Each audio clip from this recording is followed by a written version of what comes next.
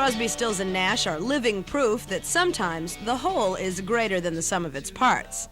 After enjoying enormous success in the late 60s and early 70s, the three musicians went their separate ways, pursuing somewhat erratic solo careers. Reunited for their 1982 release, Daylight Again, Crosby, Stills, and Nash recognized their special, but occasionally explosive, group chemistry. Well, see, our relationship all the way down the line has been sort of an on-again, off-again kind of thing. We told people when we first got together it'd be like that. We said, you know, that's why we're using our own names, because we're individual singer-songwriters, and we only team up with each other when we feel like it, you know. Daylight Again was originally a Stills-Nash joint venture, until the duo decided that the mix just wasn't quite complete. Stephen and I were in the middle of a record, and we decided at one point that there was just something missing, you know. It was good, it was really good, and we would probably have put it out, except that we got a little drunk one night, and we said, you know, what is it, you know, what's missing here? And we decided that it was Crosby's input.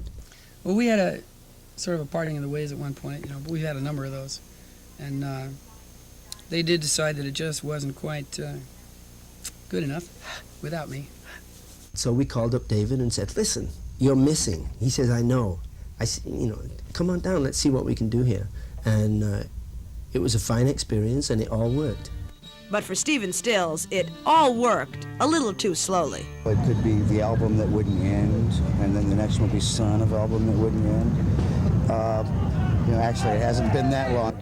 The reunion itself went less than smoothly, but it was par for the course. It's like it always is. Every time we get together, for the first few hours, maybe, you can cut the air with a butter knife, you know. But after a while, see, we've been through too much together not to be pretty good friends to each other. We love each other. We get angry at each other sometimes, but it's been a long time. We've been through an awful lot. I love those guys. Can't really stay mad at them or anything. It just doesn't work, you know.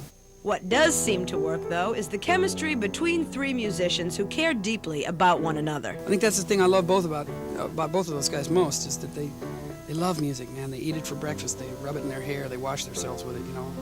Stills and Nash, they do it for the right reasons. I think that's one of the reasons I love them. David's in good health, Stephen's in good health, and I'm in good health, and we're just still rolling along.